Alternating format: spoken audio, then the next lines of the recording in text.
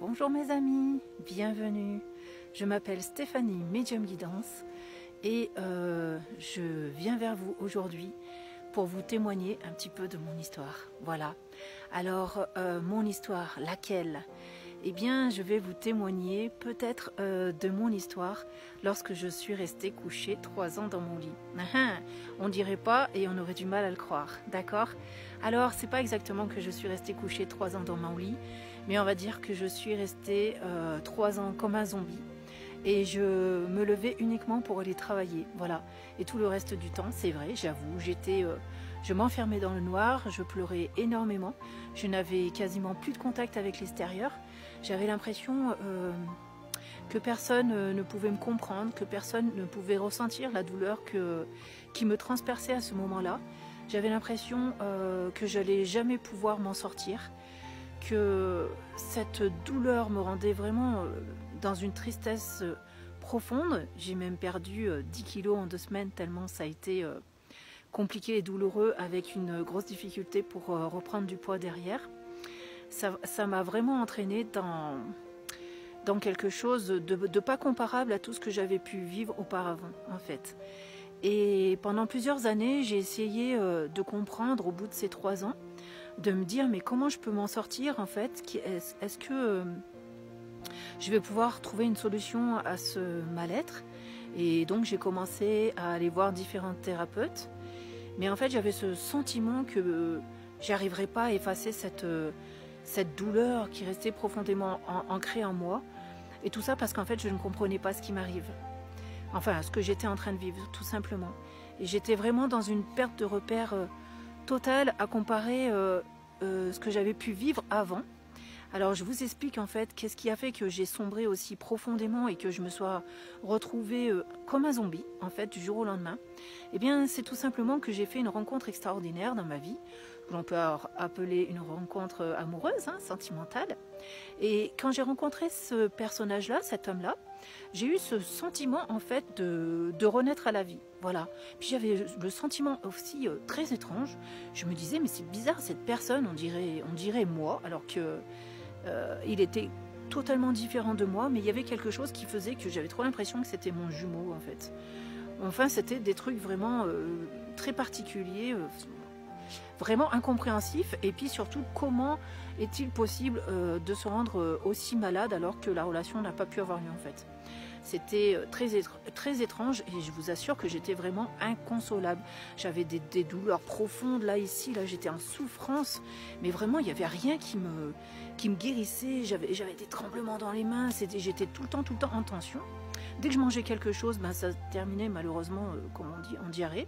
Donc c'était très étrange. Je me sentais vidée, démunie, comme si on m'avait arraché une partie de moi-même. En fait, c'était hyper douloureux. Et j'ai mis énormément de temps à comprendre tout ce qui m'arrivait. Et ça m'a permis aussi, étrangement, de développer ma médiumnité. Voilà. Il y a quelque chose vraiment de naturel qui s'est fait, d'instinctif. En cherchant des thérapeutes, j'ai cherché également des formations pour me former moi-même à la guérison, parce que j'avais vraiment le sentiment que personne ne pouvait m'aider et que la seule personne qui pouvait m'aider, c'était moi-même. Voilà. Et lors de ces formations, j'ai pu en apprendre un peu plus sur moi-même, un peu plus sur mes capacités extrasensorielles à me sortir effectivement des situations les plus compliquées. Et je crois que mes anges sont entrés réellement à ce moment-là dans ma vie.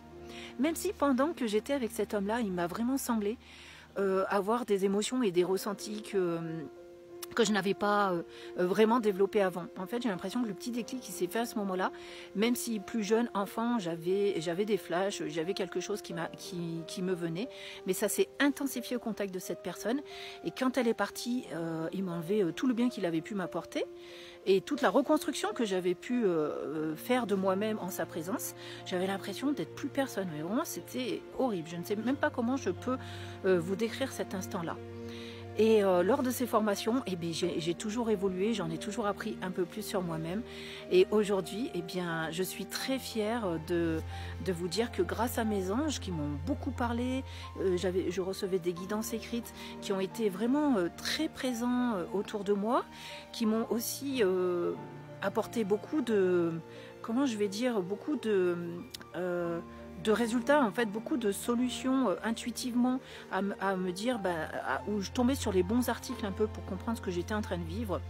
Et pour vous tous qui me regardez, en fait, je crois comprendre que ma relation est une relation de flamme jumelle, ce qui fait que actuellement je travaille beaucoup avec des gens qui sont en parcours flamme jumelle, parce que si vous voulez, dans un parcours flamme jumelle, il y a des étapes obligatoires, et du coup j'aide les gens à passer ces étapes, dont celle que je viens de vous parler, qui s'appelle chez les flammes jumelles la nuit noire de l'âme. Voilà, c'est comme si on était mort et qu'il fallait renaître à soi-même, sans interdépendance avec son autre, et du coup apprendre à s'écouter soi-même, à rentrer dans sa propre complétude et à grandir pour soi-même. Voilà, et ça c'est vraiment quelque chose qui est très difficile pour la flamme jumelle qui vit ça au départ, d'accord? Parce que, bon, après je vous ferai un petit débrief sur les flammes jumelles, mais donc en fait pour tous ceux qui écoutent et qui ne sont pas flammes jumelles, je suis tout à fait consciente que lorsque la rupture est très très douloureuse, hein, voire même lorsque l'on a affaire à un deuil,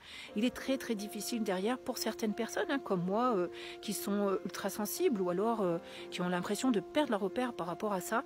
Eh bien, je suis tout à fait consciente de la douleur que vous pouvez ressentir, et j'ai envie de vous témoigner cela aussi pour vous dire que dans la vie, il y a toujours des solutions, et même si on a l'impression qu'on a touché le fond et qu'il n'y a pas de solution, eh bien en fait, sans le savoir, il y en a vraiment, et il y a vraiment des personnes qui sont là pour vous aider. D'ailleurs, moi, vous pouvez entrer en contact avec moi si vous le désirez, pour qu'on puisse parler un petit peu de tout ça, débriefer. Mais en tout cas, sachez que l'énergie spirituelle, les guides qui nous accompagnent, toute cette reliance que nous avons avec l'univers, eh bien j'ai envie de vous dire que ça fait un effet magique. Non pas un effet qui se coule, ça fait vraiment un effet magique en soi. Et c'est vraiment réparateur.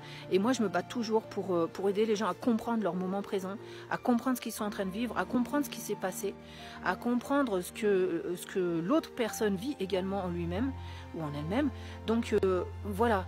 Et je voulais juste vous témoigner qu'à un moment donné dans la vie, on s'en sort, on en fait une force. Et regardez, moi en ce moment, je travaille beaucoup autour de tout ça, et en fait j'adore, en fait je trouve ça merveilleux. On m'envoie des guidances écrites pour les flammes jumelles aussi, vous verrez, je vous fais aussi un petit témoignage dans TikTok, vous trouverez énormément de petites guidances sous forme de vidéos qui peuvent vous parler. Et moi je trouve que tout ce qui m'est arrivé dans la vie, c'est un cadeau. Et oui, je suis restée 3 ans dans mon lit, vraiment 3 ans dans le noir, plus personne n'avait accès à moi, c'était très difficile pour mes proches, et regardez où j'en suis maintenant. Donc voilà, je vous encourage à garder espoir. Je ne sais pas si vous qui êtes au plus mal, vous allez voir ma vidéo, mais en tout cas, vous qui allez bien peut-être, et qui avez un proche dans l'état, qui se trouve dans l'état où j'étais, n'hésitez pas à lui parler de moi, ou n'hésitez pas à lui faire comprendre que dans la vie on s'en sort, et qu'il y a toujours des solutions. Voilà, eh bien je vous remercie de m'avoir écouté, et je vous dis à très bientôt. Au revoir à tous. Merci.